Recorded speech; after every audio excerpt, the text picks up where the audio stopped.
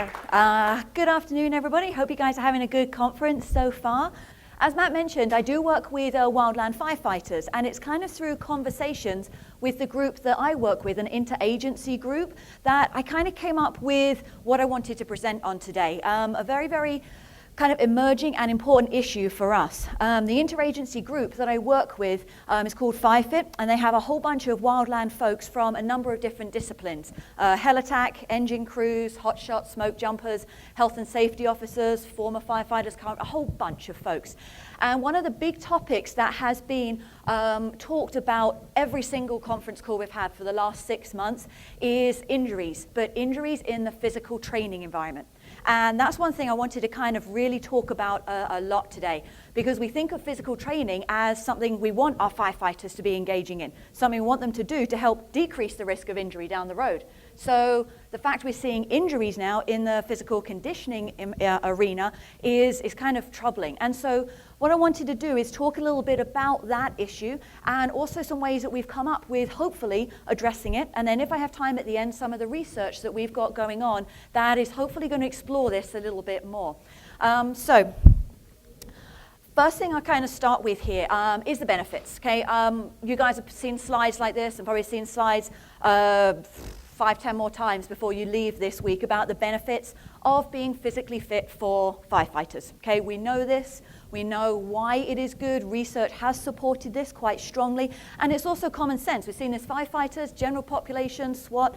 We know that being physically fit and engaging in regular physical exercise, physical conditioning, has many numerous benefits. We've got everything from the physical benefits it's going to provide to the mental, emotional, psychological, decreasing stress, whether that's literally kind of decreasing the stress, distracting you from issues that are kind of present in your lives, the whole endorphin rush. We all love a good exercise bout for that endorphin rush. So I bring up these benefits here because they are things we know, okay? Exercise and regular activity can help. But the kind of sentence right up the top there, we should be designing programs that appeal to these benefits. Well, we've got to kind of sell the program. And the reason I bring these benefits up at the beginning is this is kind of getting us thinking about exercise psychology a little bit. Look at this list here.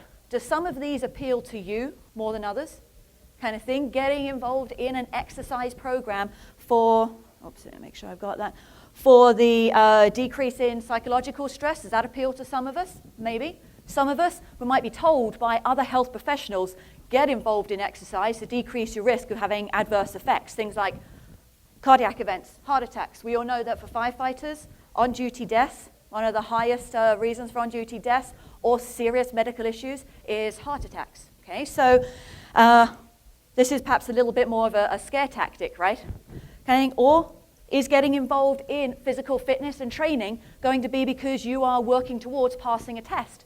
Okay, whether it's for the CPAT, the Candidate Physical Abilities Test, or for my guys that I work with, something called the PAC test. How many of you guys know what the PAC test is?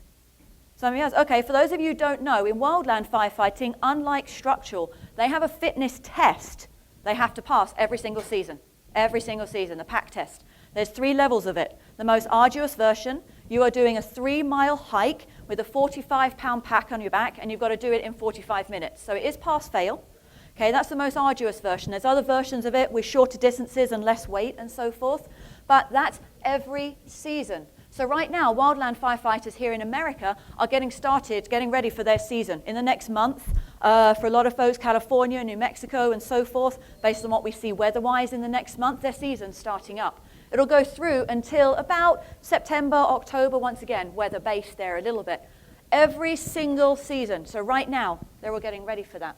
So we know amongst our firefighters that different kind of points on here are going to be motivators for them. Not everybody's going to have all of these things. We would love everybody to be motivated by the sheer excitement of doing regular physical activity and knowing it is beneficial for their health. But we know that's not always the case, and that's something I'm going to get into a little bit. One of the biggest areas, though, that gets attention right now in fire service is right down the bottom here. Using physical training, using physical conditioning, using physical fitness as a way to decrease the risk of injury and illness. Okay, and I'll say decrease the risk because, guys, let's face it, we're never going to prevent all injuries or illness. Okay, that's perhaps a bit of a dream, but can we reduce the risk? Yes, absolutely. And so right here, reducing illness and injury, most likely going to have effect on absenteeism. Okay, hopefully decrease that the fitter we become. Well, if we reduce the injuries, we may also impact things like workers' compensation costs, right? Okay, so big time implications there. And so that is one of the areas, the benefits, that has received a lot of attention in the fire service. I teach undergrad and grad. I'm very lucky. I get to teach a whole wide group of different students. And when we teach them about things like periodization programs, about training, oftentimes they think of optimal training, periodization programs as a way to optimize fitness, right? They often forget the second half of that definition for periodization.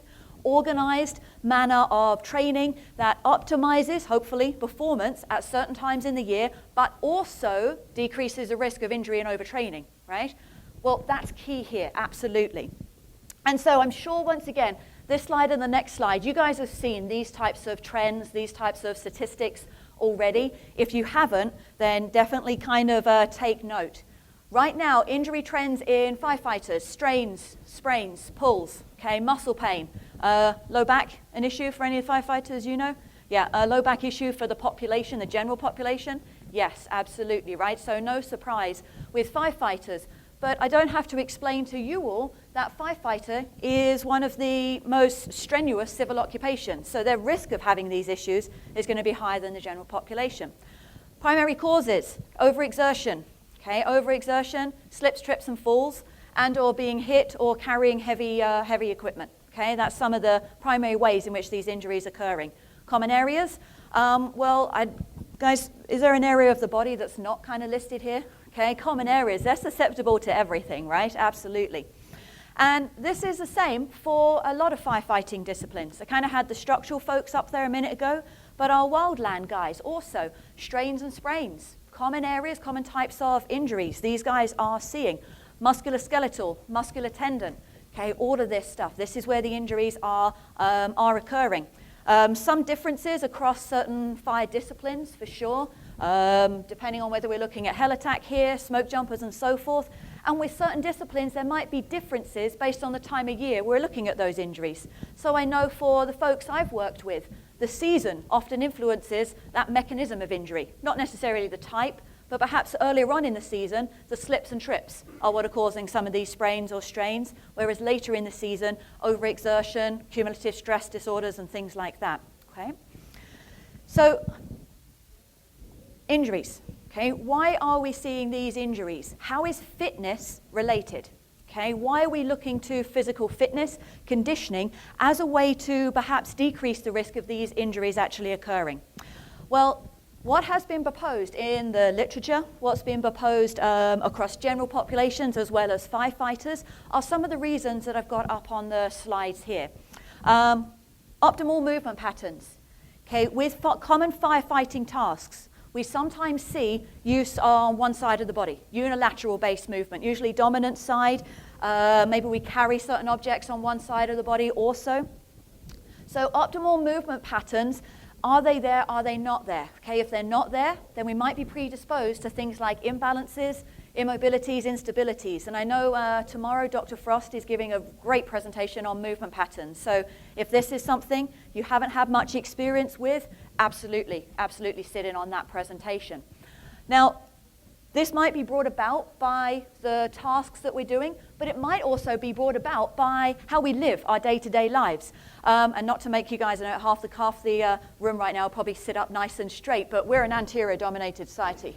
Okay, I tease my students that texting is not just annoying in class to me, but it's also probably giving them some upper cross syndrome or some issues there. Sitting all day long. So in this presentation, you guys are welcome to kind of get up and walk around if you want to. I have 2 students in my classes that literally stay at the back, and they do, you see those chairs that are ergonomically more sound where people actually work standing up.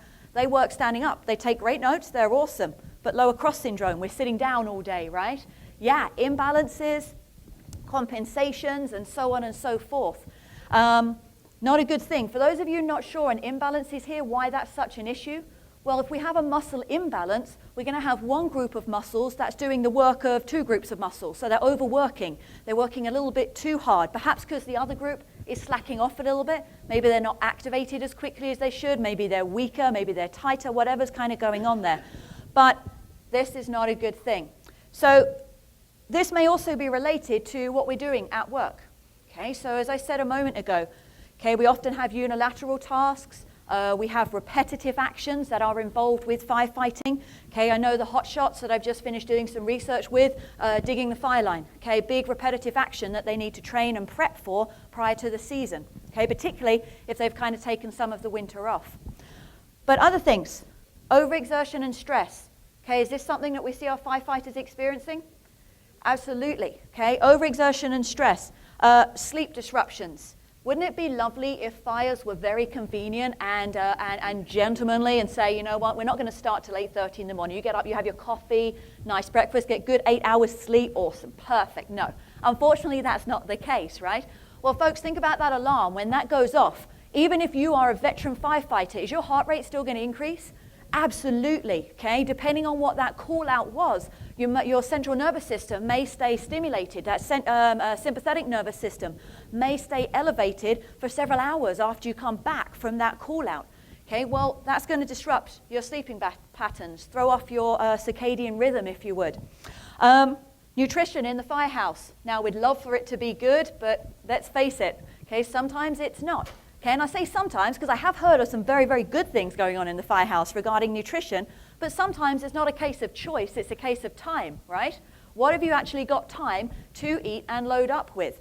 Okay, so these types of things affect your fatigue levels, okay, which is obviously why we've got this, high levels of fatigue. Okay, so fitness, is that related to fatigue?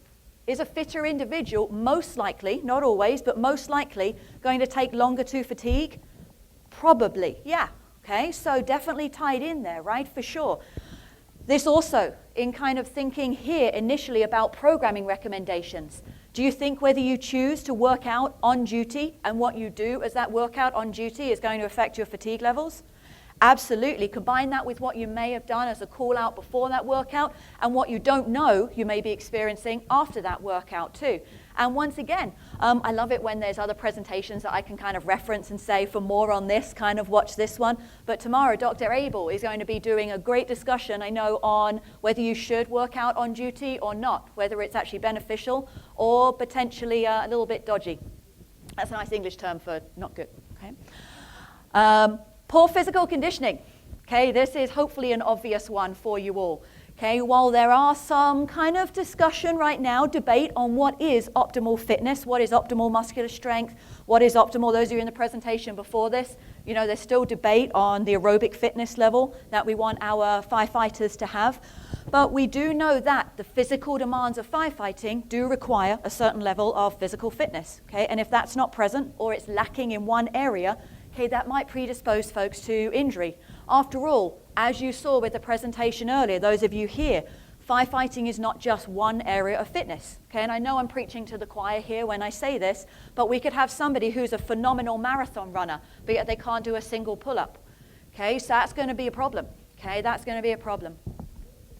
Okay, other mechanisms of injury. Talked about how fitness is important for decreasing risk of injury. Well, fitness will help the firefighter hopefully cope with the stresses that their job presents.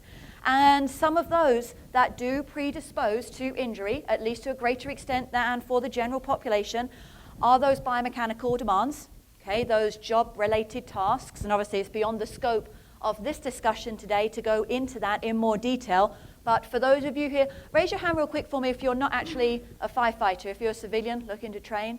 Okay, so a couple of you there. Well, definitely talk with everyone else in the room, all the firefighters here, as far as what those job tasks entail. Okay, they're quite intensive. Environmental challenges. Okay, this is an actual picture, okay, of some of my hotshot Wildland guys that we've worked with in the past. When these guys get called out, they don't get to go back to the firehouse after several hours of being out on the fire line. They may actually have to stay out kind of close to where that fire is predicted to go for several days. And so this is where they're sleeping. Okay, this is where they're sleeping, not exactly luxury sleeping. Okay, so just look at this. Oh, look at this poor head. Okay, he's going to have a stiff back when he wakes up that next morning. Okay, some of these, you know, that type of thing. Does that predispose to injury? Yeah, and these guys have got to get up the next morning and do more work. They've got to now get up the next morning and do that repetitive unilateral movements that we talked about already. Okay, so you guys get the picture. We can see why physical fitness is related, okay, or at least we can strongly say it's related to risk of injury if these are some of the ways in which firefighters are inducing injury. Okay, so why? Why are we looking here at injury as kind of a area to emphasize as benefits of physical training for firefighters? Well, we mentioned about absenteeism. Okay, but this whole concept of workers' compensation is gaining a lot of incentive in the research world. One of the big problems that we always saw, one of the big questions that I would always get is how do you justify putting a strength coach, putting a personal trainer, putting some type of fitness program, not just wellness, not just kind of getting your annual medicals kind of done, but some purposeful fitness program in the firehouse. And a lot of times it'd be like, well, it helps reduce workers' compensation claims. Okay, great, where's the literature? Okay, and so for a long time there, this has been lacking. And so I point this out now because we are starting to see a lot more research emerging. This particular study here, this 2012 study, actually piggybacked off of a study by Poplin in 2011 that really started to explore the relationship between BMI and obesity measures and obesity-related injury compensation claims. Okay, and as you can see, this added some statistics to it. Okay, so relative to the general population, firefighters with a normal BMI, so I know you guys all know BMI, but normal BMI is between 18.5, for adults, between 18.5 and 24.9, so about 25, something like that. That's normal BMI. 25 to 30, over fat, then over 30, obese. Okay, so relative to the general population, these guys, normal BMI, odds ratios of putting in a workers' compensation claim, about 2.9 times higher. For those who had a BMI over 30, at or above 30, okay, aka obese, okay, look how much that further increased. That's 3 times above this value, okay, considerably higher amounts, okay, considerably higher there. So we look at this. Okay, then kind of the obvious statement or perhaps conclusion comes up here. If we can kind of manage people's obesity, their body weight and so forth, then potentially we can decrease their risk of having an obesity-related injury. Okay, perhaps one that placed excessive weight on the joints, increase their chances of slipping, tripping, overexerting and so forth. Then potentially we can reduce workers' compensation costs or claim. Okay, that's our theory anyway. So we get these folks leaner, we get them stronger, okay, we get them fitter, then theoretically we reduce the chances of injury, reduce the chances of workers' compensation costs, right? After all, great study, the one I said kind of preempted this study here by Poplin in 2011. He had some fantastic research that concluded for every 1 MET, okay, improvement in aerobic capacity. So for every 3.5 milliliters kilogram per minute improvement in aerobic capacity, their risk of injury went down 14%. Okay, for every MET increase. So if you go from 38 to 41.5, okay, then your chance of injury goes down 14%. That's some good stats. We like those stats. Now, honestly, I can't remember off the top of my head how that rate of decrease kind of changed as people got fitter and fitter and fitter. Obviously, that's going a bit deeper. But that's some big stats. So, great. Solution, right? Easy one. Everyone do fitness, okay? Everyone get physically fit. But here's the problem, and kind of the main emphasis here of the talk that I want to do today. If this is our solution, we know how good it is, okay, then what happens when our solution is actually magnifying our problem further? Okay, what happens when we are going into the weight room, we're going into the training facility, and we're seeing injuries in that environment, the environment that's supposed to be a safe, constructive, productive environment? Okay, and once again, I do kind of turn to research here a little bit. Obviously, being an academic, I do look to research because it does help support what we're stating. Okay, sometimes we do need to look at the facts. And nice study came out. This is actually the study I was referring to a moment ago by Poplin, showing back in 2004 to 2009. a third of the firefighter injuries in a large cohort of firefighters were due to incidents of injury in a physical training or conditioning setting. Some type of training there. With our Wildland guys, we have noticed over the last couple of years, as I told you, this is kind of a topic that's really come up in the last 6 months for us. We don't unfortunately have as good a kind of research on wildland folks, because a lot of the research on the wildland looks at injuries that were obtained on duty. They don't look at the physical training, partly because we don't often have strength coaches and trainers there and so forth. Okay, so we rely on a lot of our what we call SHIPS data, okay, which is the general summary of what injuries occurred and when, sent out by the departments to their regional representatives. So we have here Region 5, which is up in the northeast of America. We got Region 2, which is down New Mexico, Texas, and then Region 1, which is up northwest coast, kind of that area of the country. And they are seeing, now I will say this SHIPS data is kind of like the data you get literally one sentence for every injury that occurred. Okay, so it literally says sprained ankle when doing hike during physical training. Okay, that's all it will say.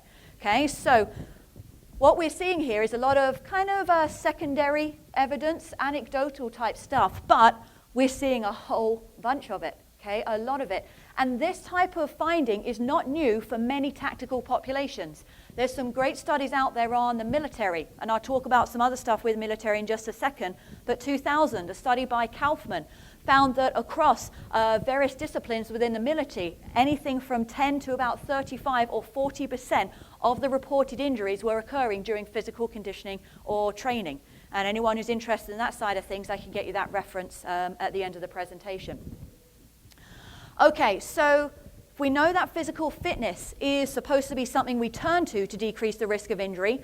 Why is it that we are seeing an increase in the number of injuries in this physical training setting? What is it that's going on? If this is supposed to be the solution, then what's perhaps going wrong, maybe? Or how can we approach decreasing how many of these injuries actually occur and really turning this into a productive type thing? Well, the list that I've got up on the board here is one that I came up with based on conversations with the interagency group that I just spoke about. Also looking at some of the research out there on firefighters and the general population. Also looking at documents released by organizations like the NFPA. You guys all know the National Fire Protection Agency. Every year or every 2 years, depending upon what year we're talking about, they put out these big trends that they've seen throughout the year related to injury, illness, mortality, morbidity, and so forth. And so in there, they put recommendations for what they have heard have contributed to some of these. So that's where I've got some of the data there. Some of the other things that I've got up on this list are also common sense. Okay, some things that we are all probably guilty of doing that have perhaps compromised the productivity we have in that exercise session, and that we know if we kept up might kind of compromise how we're actually improving. Things like a water bottle. Okay, how many of us are all guilty of going to kind of work out, you realize you've forgotten your water bottle, you do the workout anyway. Hard workout, you just don't bother stopping to have any water. Okay, that's fine 1 or 2 times, but we do that regularly, often. Yeah, we might start to have compromised productivity, right? Okay. Well, those types of things, obviously what I've got up here also. So what I'm going to do is go through this list, talk about things in a little bit greater degree so that we can start coming up with solutions. And you will see, as I go through these in more detail, some underlying themes related specifically to the job of firefighting, things that we all know. Things like physically stressful job assignment, okay? Residual effects of the call-out, sympathetic, nervous system, bingo, muscle tiredness, fatigue, so on and so forth. These things all affect how we perform in the gym, in the weight room. Okay? Shift work, okay, another good one. I kind of alluded to this a little bit already here.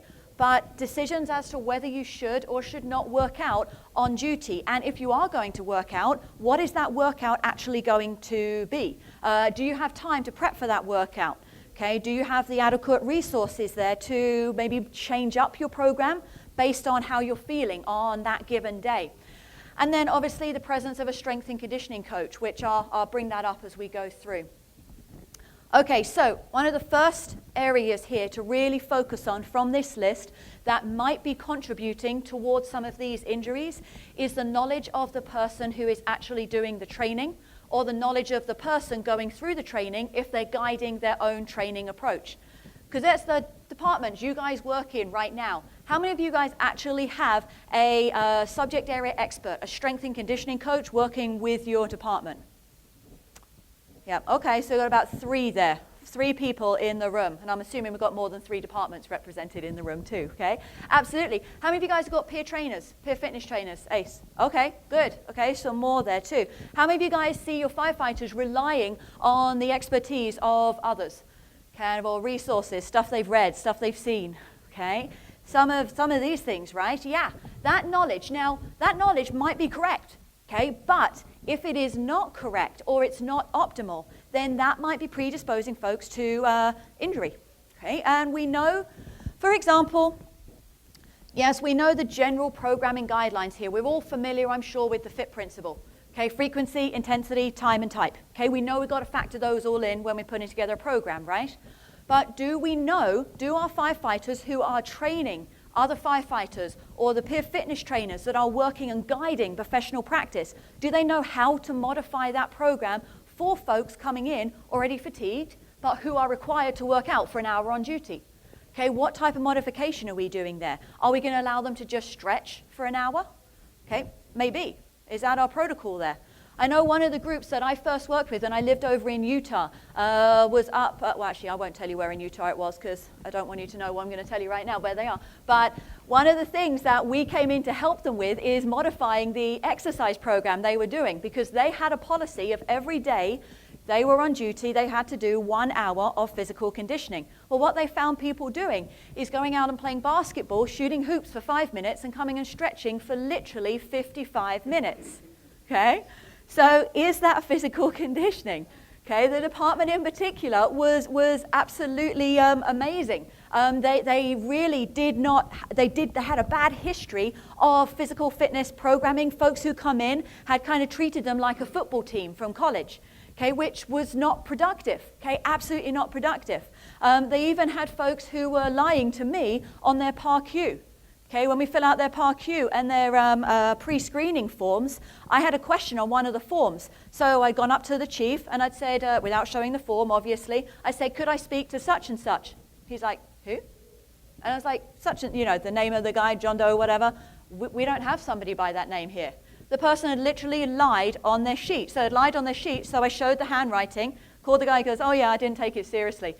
Another lady, we're doing body composition.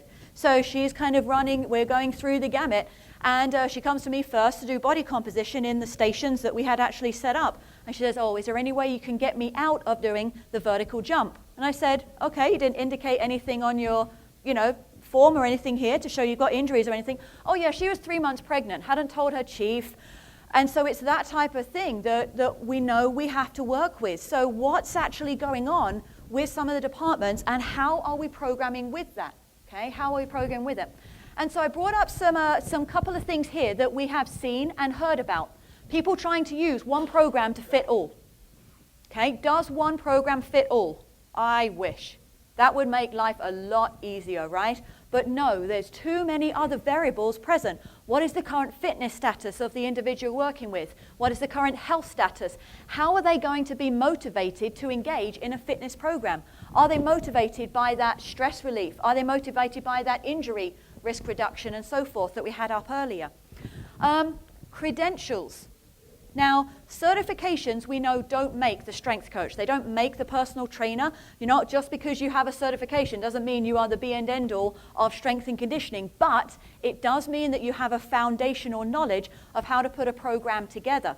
Okay, it also means, especially if you get things like the TSAC facilitator, the peer fitness trainer, CSCS, that you have to do continuing education. Okay, and continuing education is just that. You guys all right now, continuing education right here. You're listening to the new things that are coming out and about. Okay, and guys, in our field, you guys know, fitness industry, I don't need to tell you how many new things come out every month. Okay, we do a bunch of work up in New York with Equinox for some of my students that want to go into personal training. I love that association. Because if anyone knows Equinox, you know they get the next best thing in all the time. They're going around with the whole Viper. You guys heard of Viper? Okay, those you haven't, it's like this big log thing that does all these kind of movements in this manner. You look like something out of Cirque du Soleil, literally, when you're kind of working out here. Okay, well, that type of training program, great, multi-directional, it's a dynamic load, very reflective of everyday tasks, but is that appropriate for everybody to do? Okay, I know myself, I'd love to do it, but I'm kind of recovering from a torn labrum last year. Okay, that's not going to work for me, even though that would be a great style of training for anybody. Okay, so what are they doing to keep up with the latest changes in the field?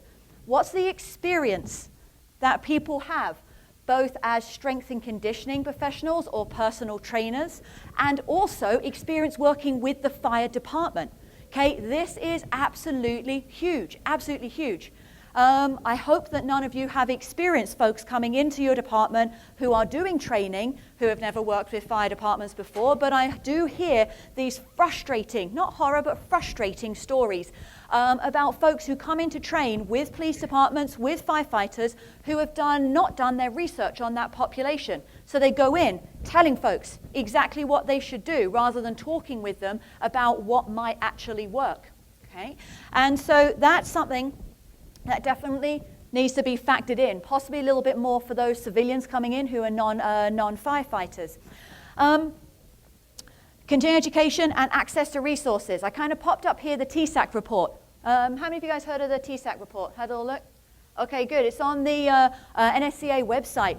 But a simple membership to the NSCA will give you access to things like that. And it's a great report because it has a lot of practitioner application in there. The idea with this report is that it's not hardcore stats all the time. It actually tells you how you can apply and use information that may help with tactical athletes. Okay, this is a big slide. This is a very important slide. One of the big reasons why, or that was proposed by a lot of folks in our collaborative as to why we're seeing injuries occurring in the physical training setting is because firefighters are doing training that they're not ready for. Okay, training that they are physically not ready for. They may think mentally they're kind of there. They see their body doing it. They're making it look easy. Yeah, I can do that. Absolutely. Okay, but they might not be ready for it. And this kind of comes back a little bit to the previous slide about who is doing the training. Do they have the knowledge that's necessary? Where can they find the information out? Okay, now kind of focus a little bit on the last 2 points down the bottom here. This position statement by Bergeron was actually a collaborative effort between ACSM and the military in response to extreme conditioning programs like your Insanities kind of out there, okay? What they were finding is that people needed a little bit more direction on whether they were physically ready to do these high-intensity programs. How many of you guys done like P90X, Insanity? I heard of some of those ones? Yep, absolutely, right? Now, a year and a half ago, I did Insanity. I must be honest, I did 8 weeks, not 9 weeks. I had to go to England. That's my excuse, and just didn't come back and do the 9th week.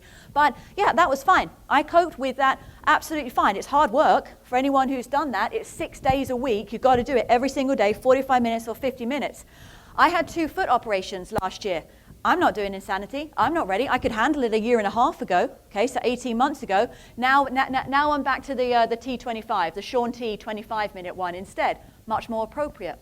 Do you think you join the videos like to have No, my surgery was very unladylike reasons, aka a bunion surgery. So yes, but that would be a lovely excuse. But personally, no, I don't think so. But that's a great point to bring up. I knew I was ready to do it. Okay, so I knew what the nature of those DVDs was. I had looked it up. Okay, I talked to some other people who had also done it before, and I knew to stop. So if I'm being really honest here, the 8 weeks of Insanity actually took me 10 weeks. So I knew to kind of slow it down a little bit when it got a little bit too much. Okay, but that's a great point. Do the people that are designing the programs know about this? Okay, we think about prerequisites for plyometrics all the time, right? How many of you guys heard of 1.5 times your body weight for squat, 1 times your body weight for bench press, lower body, upper body plyometrics, right? That's our prereq. Okay, great, that's strength. How many of you guys actually practice the speed, the landing mechanics, and the balance prerequisites for upper body and lower body plyometrics? Okay, some of us don't think about those, right? Well, we kind of have a look at the text down here, as well as some other position papers, a lot of things on resistance training and progression, then we know that there's other prereqs to those plyometrics. The speed component, for example, 5 repetitions of a back squat at 60% of your body weight in 5 seconds. Okay, that's another prerequisite, highly recommended for high-level plyometrics. Landing mechanics, you guys all know, hopefully, we've got to be able to land good before we can jump good. Okay, just like we decelerate, learn to decelerate before we learn to accelerate. Okay, so do we know kind of what those things are? Because those programs, those extreme conditioning programs, are very sexy. They are very cool looking. Okay, so we'd like to get to them, but we've got to make sure we can actually do that. And so that's where the knowledge comes in. Okay, this is a lovely kind of hot topic here too, and I've seen some very interesting debates over the years at this conference on kind of a topic related to this slide. That's being able to recognize signs and symptoms of heat-related issue and overexertion, okay, particularly that leading to overreaching or overtraining. Okay, so overreaching are precursor to overtraining there. Okay, so signs and symptoms of heat-related injury. What do you guys think? What's some signs and symptoms of heat-related injury? Elevated resting heart rate? Yeah, excessive fatigue? Okay, yeah, perhaps a little bit of nausea, maybe, kind of feeling a bit dizziness, all that's kind of, we can go to the more extreme ones, right? Okay, similar, overreaching, overtraining, right? Okay, profuse sweating, lack of sweating, increase in resting heart rate. Some of these signs and symptoms we also associate with just fatigue. You know, I'm just tired, I had a hard week, okay? Or we think of somebody just being lazy. Okay, if I see if I'm training with Rich and he's not showing the effort that he normally does, okay, then I'm going to think, is he being just lazy today? Am I not motivating him enough? Whereas perhaps if I know he's had a tough call out, he's had a hard week, maybe he's actually not able to work hard because he is feeling the issues related to these concerns. Okay, so maybe we need to take a little time out there. A great talk I went to a couple of years ago by John Hoffman talked a little bit about how with his firefighters, he's not afraid to change up their on-duty workout to a low to moderate intensity circuit training approach, as opposed to a high intensity approach he might have if he knows they've just come off a tough call out. Why? It doesn't raise those cortisol levels to such an extent, doesn't cause muscle breakdown and increased risk of overreaching and overtraining to such an extent. Okay, so part of why I bring this up is we can't ignore things that we might associate with laziness or fatigue. We need to definitely look into those a little bit more. But the bigger issue is, if firefighters are conducting their own training, are they able to and want to actually acknowledge when they're experiencing these issues? Or do they see it as a sign of weakness if they stop actually training? Now that's a tough mentality to break, right? Absolutely tough. Okay, particularly perhaps in the culture of the firehouse, where you know if your body's doing it, you're not going to stop if they do something and you can't do it. Oh no, you're not going to have that grief unless you're comfortable with actually stopping it because you know it's better for your health. Okay, and I kind of had the picture on one side. That is a picture on the right-hand side of 2 firefighters actually doing research in their PPEs and their personal protective equipment, but we're thinking about programming considerations here. That does raise a little bit of a question as to whether folks should actually condition with their PPEs. Any of you had that question come up to you, or you've seen firefighters who actually want to train wearing some of their gear?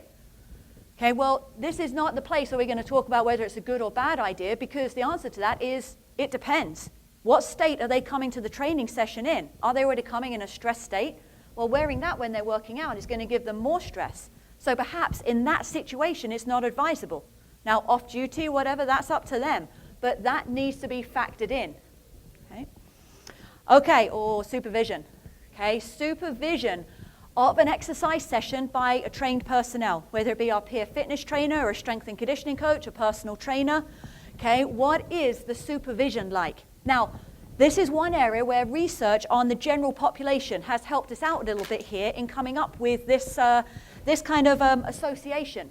The 2 articles or publications I've got up here, these 2 studies were 12-week studies, both done on gentlemen. The top one, Mazzetti, that was done on 25-year-olds, about 20, 25-year-olds or so. 12-week program, 10 of them were supervised, 10 of them unsupervised, doing the same training program.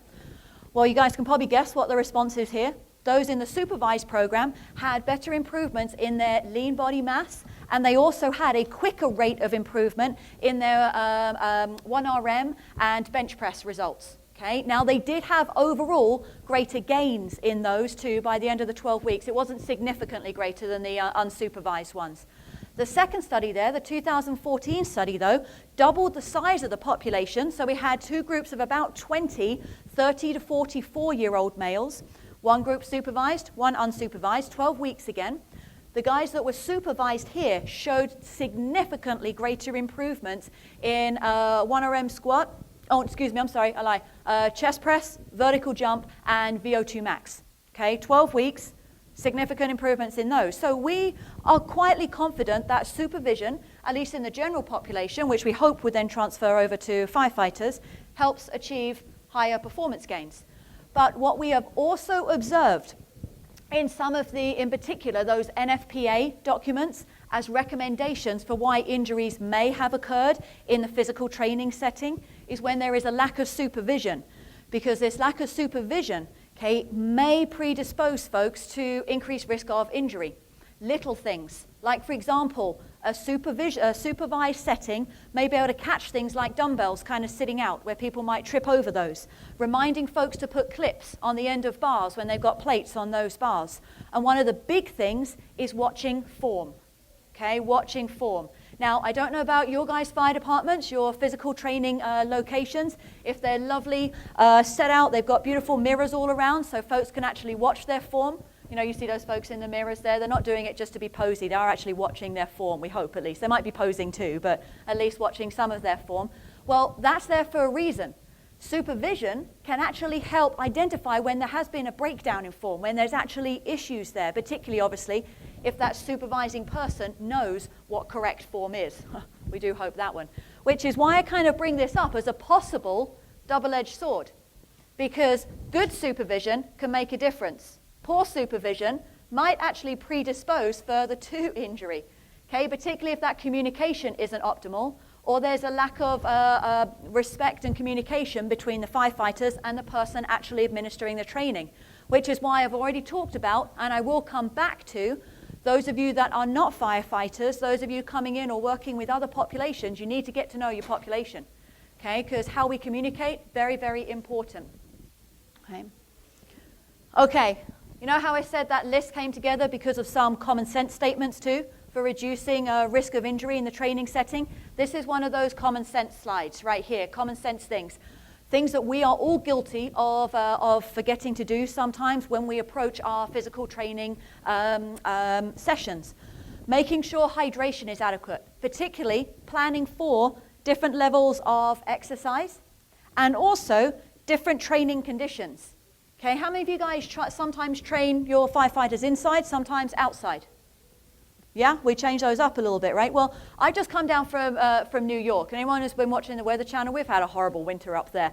Okay, I literally stepped off the airplane at midnight, Sunday night, and started sweating. Okay, because just kind of not used to it. It was lovely. I loved it. I didn't care if I looked horrible and sweaty. Oh, hallelujah. Okay, warm weather at least, right? So we know that this is going to have a big impact.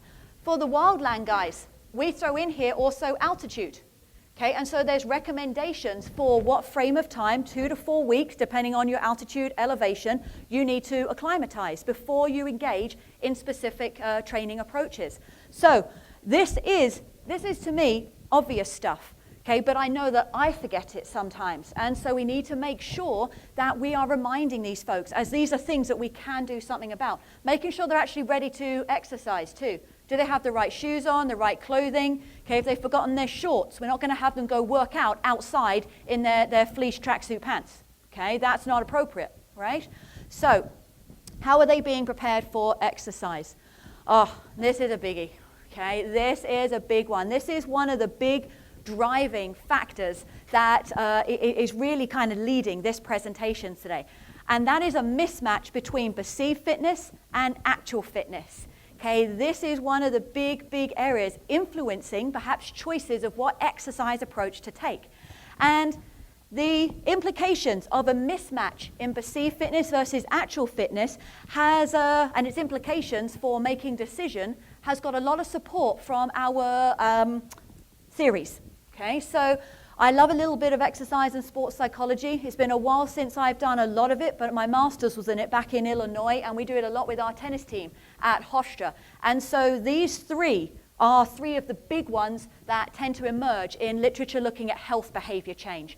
Trans-theoretical model. Okay, I'm sure some of you have heard of this one. We've got various stages here. We've got a pre-contemplation, contemplation, preparation, action, and then maintenance. And then the ideal state is our termination stage too. So our pre-contemplation, we see our body going to the kickboxing gym to work out. You're like, nah, I don't have time for that right now. You're not really interested in doing that. But contemplation, you go to the doctors, they say you need to be engaged in regular physical activity. So you think, oh, I see my body going to the kickboxing gym. Maybe that is a good idea for me to do. Then we think about action. Okay, we actually go out and get a pair of those kickboxing mitts. Okay, get some shoes. We're ready to engage in that action. We then actually go to the kickboxing class. Maintenance, we keep that up for 6 months. Termination, we say that we are never going back to the unhealthful behavior that we had initially. Okay, that's our trans-theoretical model. Health belief model. How many of you guys heard of health belief model? Some of you have? Okay, jot this one down. If you guys need kind of a theory to kind of go back to, this is one of our most popular ones. Okay, this has been revised a lot over the last kind of 10, 20 years. And the basic parameters of this particular model is that we're weighing benefits versus barriers to engaging in whatever behavior we're looking at. Okay, so do you think it's more beneficial to engage in it, or do the benefits not outweigh the barriers or the negatives? Okay, so for example, is engaging in that kickboxing class going to be beneficial to your health? It will appease your doctor because they've been telling you to do this, and it will make your friend happy because you get to hang out with them. Versus the barrier, time or effort. You've got to get off the couch, you're going to miss your favorite show, something like that. Okay? But what we also factor into this health belief model is perceived threat of engaging in that activity or not engaging in it. So if I don't get fitter, there is a chance that I will have adverse health effects, maybe even have a heart attack if I don't get fitter. Okay, that's the threat. And then there's also the self-efficacy with health belief model. And that self-efficacy is highlighted a little bit more in Bandura's self-efficacy theory. So for those of you not familiar with self-efficacy, situational self-confidence. That's what we're looking at there. What's your confidence in your ability to engage in that activity? Oh, you're fine, don't worry. And succeed. No, my students, I answer their phone for them when it goes off too. Talk to a couple of mums like that too. It's always good fun, okay? But self-efficacy. So take me, for example. Kickboxing, pretty self-efficacious. I can punch pretty good, and I know it's only me in the bag. But talk to me about Zumba class, I'll go hide in the corner.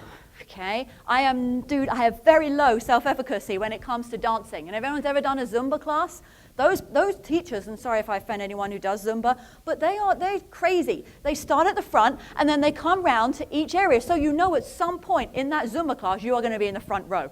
Okay, oh no, that scares the living bejeez out of me. So I am not very don't have very high levels of self-efficacy there. So I'm unlikely to engage in that behavior.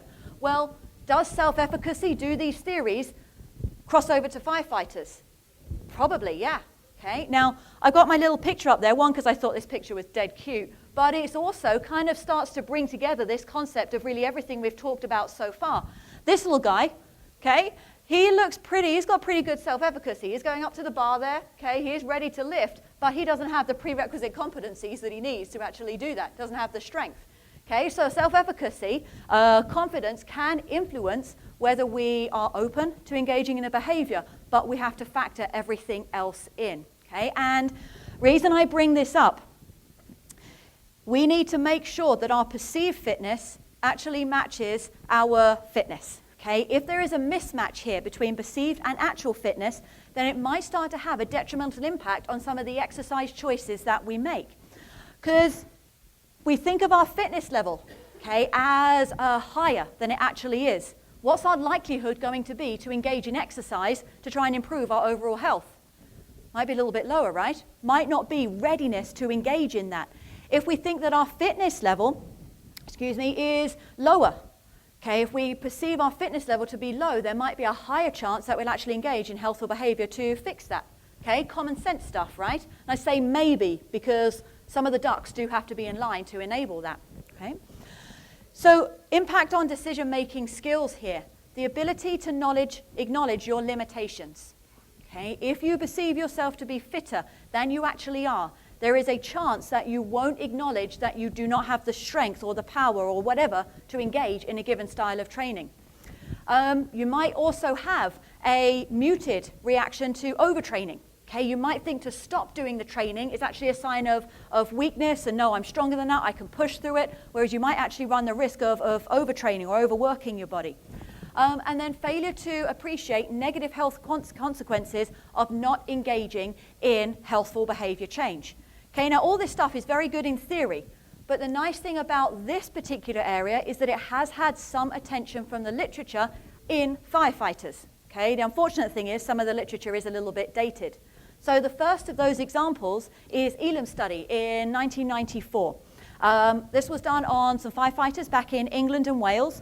And as you can see from kind of the study here, we found that, or they found, excuse me, that there were significant correlations between perceived and actual fitness for aerobic capacity, weak correlations, but still significant for muscular strength. Okay. Men were able to give a gauge of their overall fitness levels was what these particular researchers concluded. Okay, so good first study. A lot of you, I'm sure, have seen this study by Pete in 2002. Very nice study. The only limitation was, though, that it only looked at aerobic fitness. Okay, we've only got VO2 max here, but it still is a good study.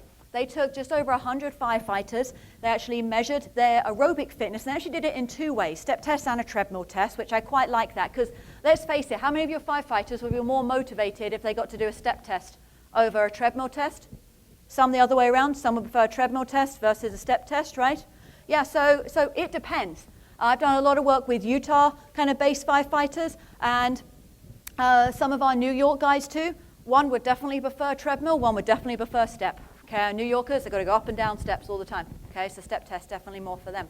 Okay, so this particular study, contrary to the previous one, found that there was no significant relationship between perceived fitness and actual fitness. These firefighters underestimated their aerobic fitness. Now, once again, those of you in the previous presentation, you heard that one of the big areas of fitness for a lot of tactical athletes, particularly firefighters, is aerobic fitness. We know that is a foundational area of fitness important to the profession, okay? Whether it be related to the job task or the ability to cope with the stress of those job tasks. So this is a very interesting finding. But what I very much like about this particular study is that it was one of the first of its kind to actually recommend, as a result of this mismatch, the importance of regular physical fitness assessments.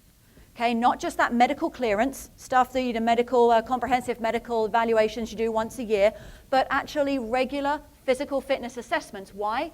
Because they're going to give firefighters information on what their actual fitness is, so that then hopefully we can begin to educate folks on better matching perceived and actual fitness, and then focus our attention on how that's going to influence their exercise choices, okay? Appropriate exercise choices, I should say. And then also I did a study when I was back in Utah, just looking at perceived fitness. It was actually part of a larger study. I'm just kind of now following up on that a little bit more. But one of the areas of weakness we see in previous studies, and by the way, the two that I've just mentioned are the only ones out there on perceived fitness in firefighters right now.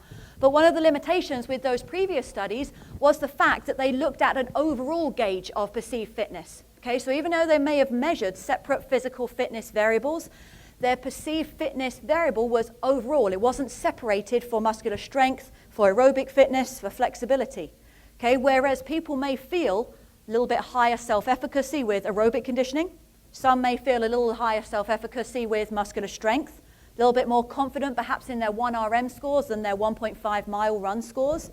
Okay, so that may have implications for how we actually design exercise programs. So what we try to do here is actually break that down a little bit more. So the areas of fitness we measured and the areas of fitness that we gauged perceived fitness with were a little bit more comprehensive than previously done. And the finding that we had with this study was that there was no significant correlation between perceived and actual fitness for anything other than flexibility. Okay, these particular firefighters, and there's just over 100 of them, able to gauge their sit and reach scores pretty good, kind of thing, whether they're good, bad, or ugly, primarily, unfortunately, because, well, guess what? Do you think they were good or bad? Yeah, not great, okay? So primarily because they recognize, yeah, my flexibility is not great. Well, they recognized that when they did the test. Okay, so once again, we're starting to kind of see, is there always this match between perceived and actual fitness, or is there a mismatch? And there has been further, more recent studies done on this as it pertains to certain areas of fitness, particularly that of weight, okay, and body composition. And so this study, I kind of highlight this bottom one here for just a moment. Very, very good study, 2012.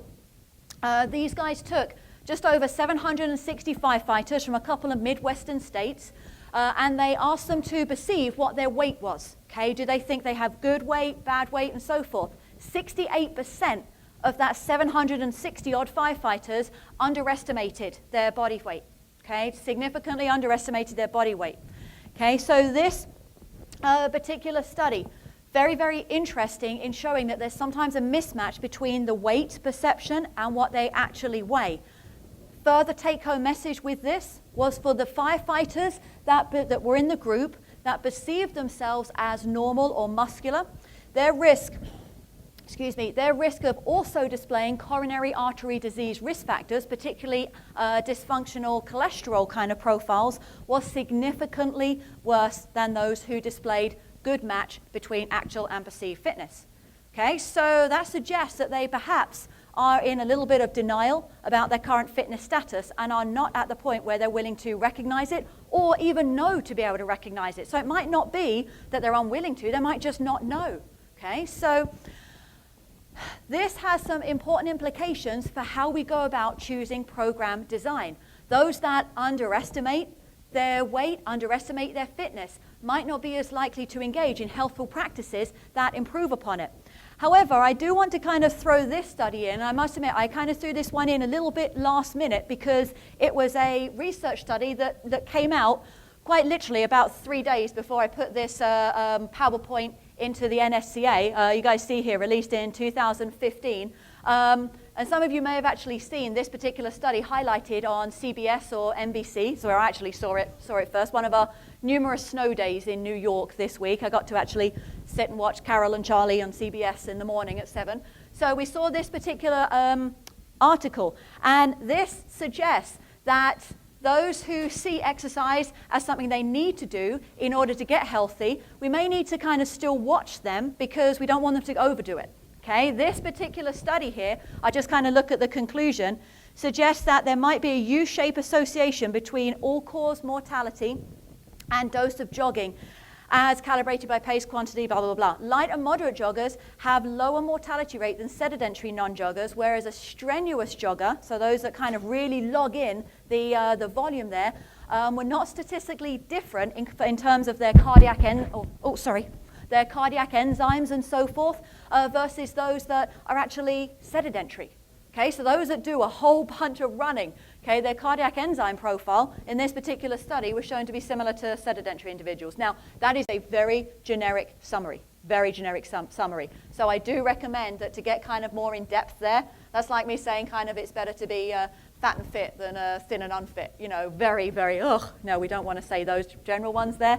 But you guys can access this just on Google Scholar. Okay, you can get to that pretty easy. So if anyone wants me to send that to them, please let me know.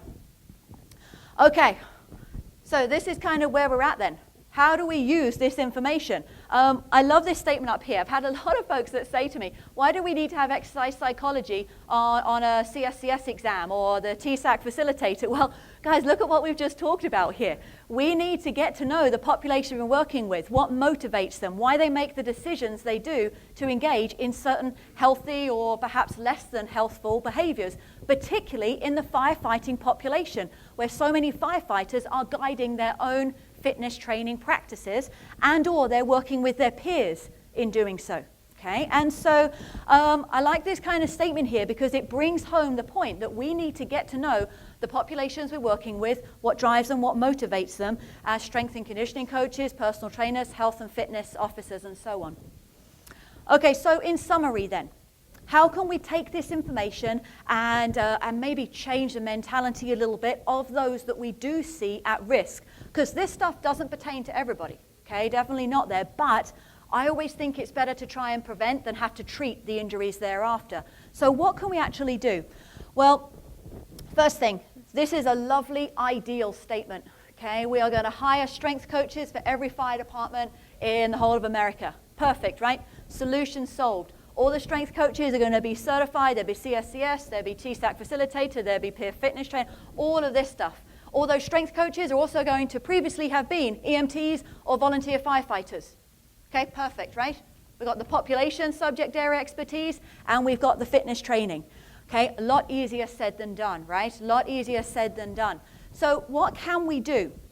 Well, I'm going to get on to kind of peer fitness trainers in just a moment, how we can promote that particular approach.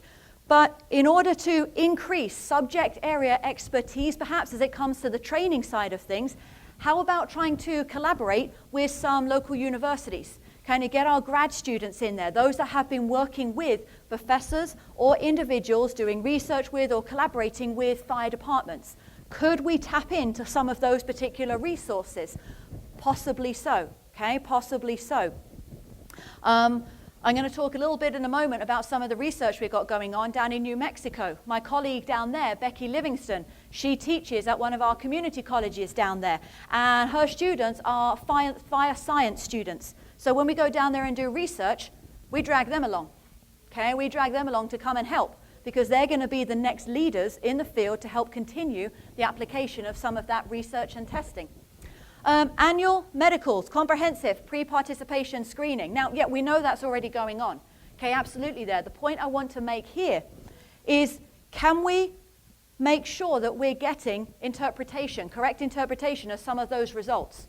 Okay, the results that we get from those medical comprehensive exams every year, some of that information obviously protected by HIPAA and privacy and so on and so forth, but who's actually evaluating it and giving feedback to the firefighters on how that affects their exercise performance and what they should be working on in the room? Because guys, let's face it, I hate to break the news to you, but physicians don't get training on program development in med school. Okay, I hate to break that news to you. You guys all know that, right? Okay, yeah, absolutely. Okay, I say to my students, once again, all the time, they have to train individuals as part of their practicum. Well, for any individuals that have various contraindications to exercise, we have to give a physician clearance form to them to get signed off by their cardiologist, their PT, their physician. Okay, 9.9 times out of 10, that form comes back, box ticked, I know of no reason why this person cannot participate in physical activity. But yet we've had to give that form to their cardiologist, to their physician, and to their PT. They've got low back issues. I had one guy who had a herniated disc 2 years ago. No reason why they can't participate. No modifications listed. We have folks on hypertensive medication all the time. Well, hopefully you guys know one of the contraindications for those who have high blood pressure is static-based exercise. Maybe want to kind of reduce that a little bit or be careful how we're implementing that. Okay, so how about thinking who's going to be implementing this program?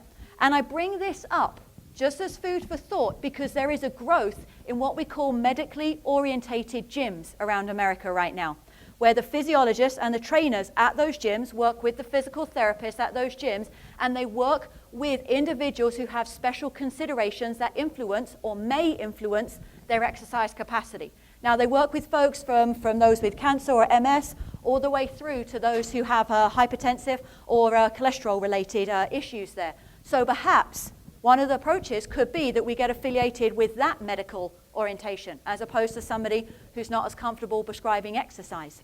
Okay? This one right now.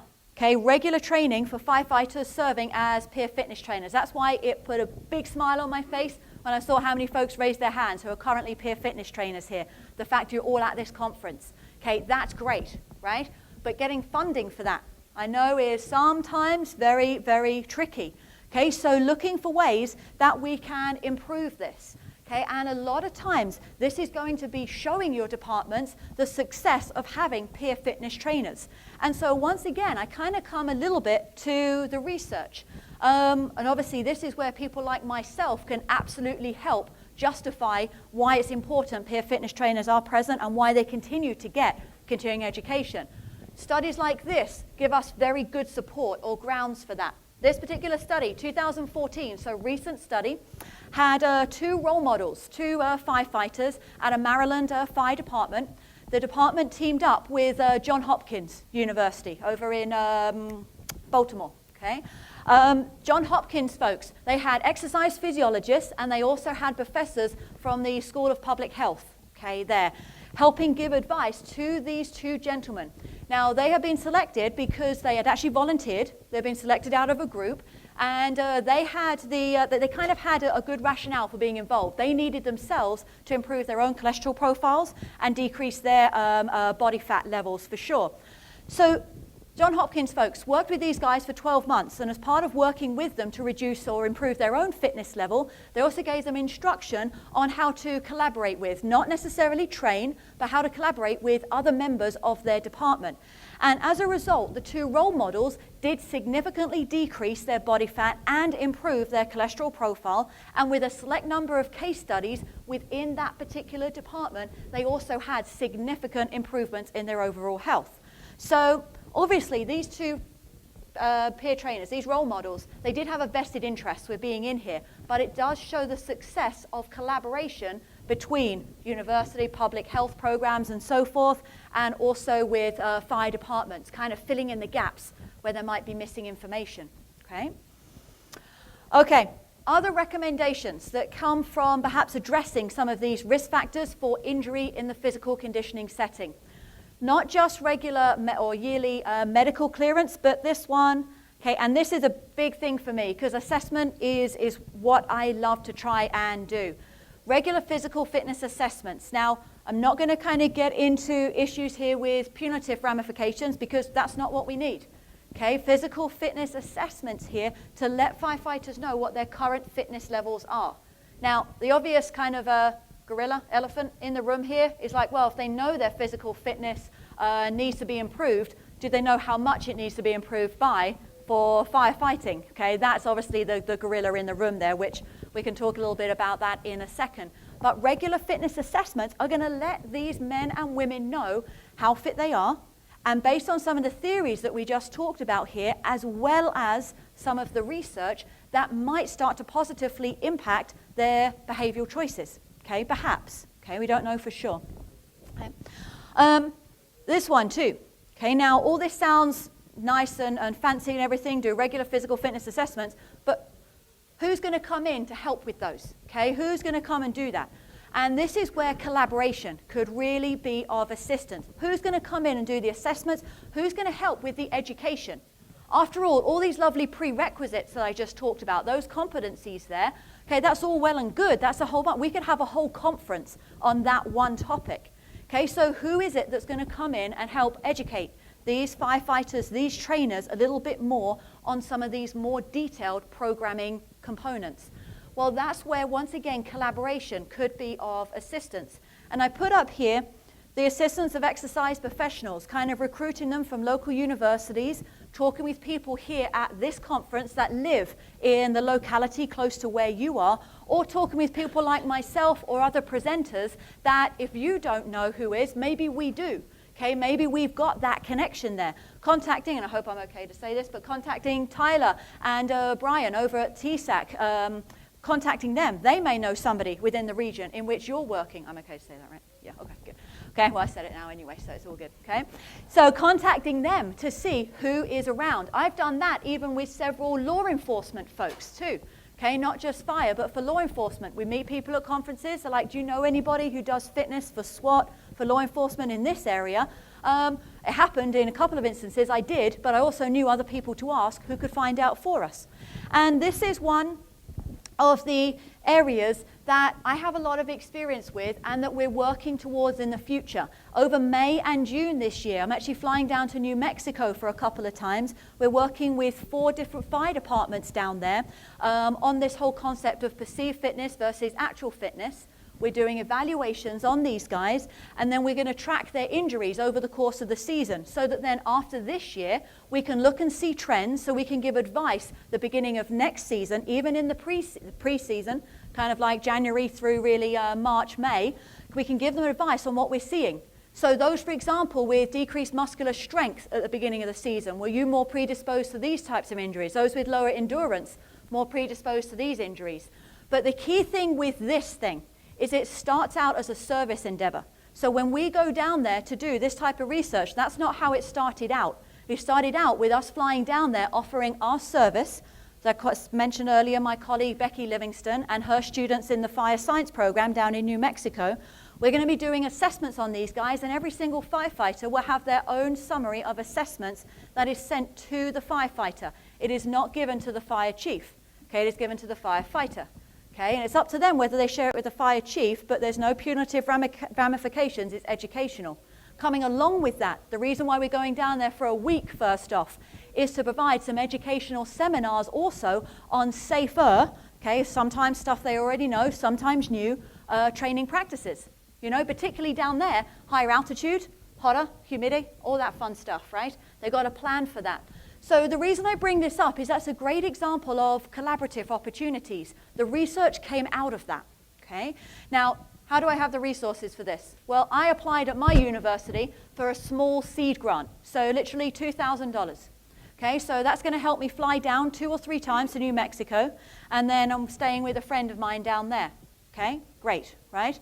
Not too much there. That's why collaborating with universities and other academics can really be helpful in that situation. And then, obviously, this last one here, I never really do, I try not to do a presentation without making sure that I do mention this. It sounds like we don't have too many folks who are civilian anyway, but one of the biggest things that I try and harp on is getting to know your population. If you're going to be a trainer, once again, this is kind of more out to those of you who are not firefighters. If you're working with a population, you need to get to know them. Okay? And that way, you're going to get to know a little bit more what drives them. Just like if you're working with a new athletics team. If you previously worked only with tennis and now you're working with football, you've got to get to know that team too, right? The people on the team, what their motivation is, why they're engaging in what they're doing. Same thing goes here too. Okay, when I initially put the PowerPoint into the NSCA, I forgot to put the these slides on there, the reference slides, so I kind of have that note up there that if anyone would like the references that I've got here, I've got them all printed out for you guys, so just come up and grab those. If there's none left when you get to there, just email me and I'll be more than happy to pop that through to you.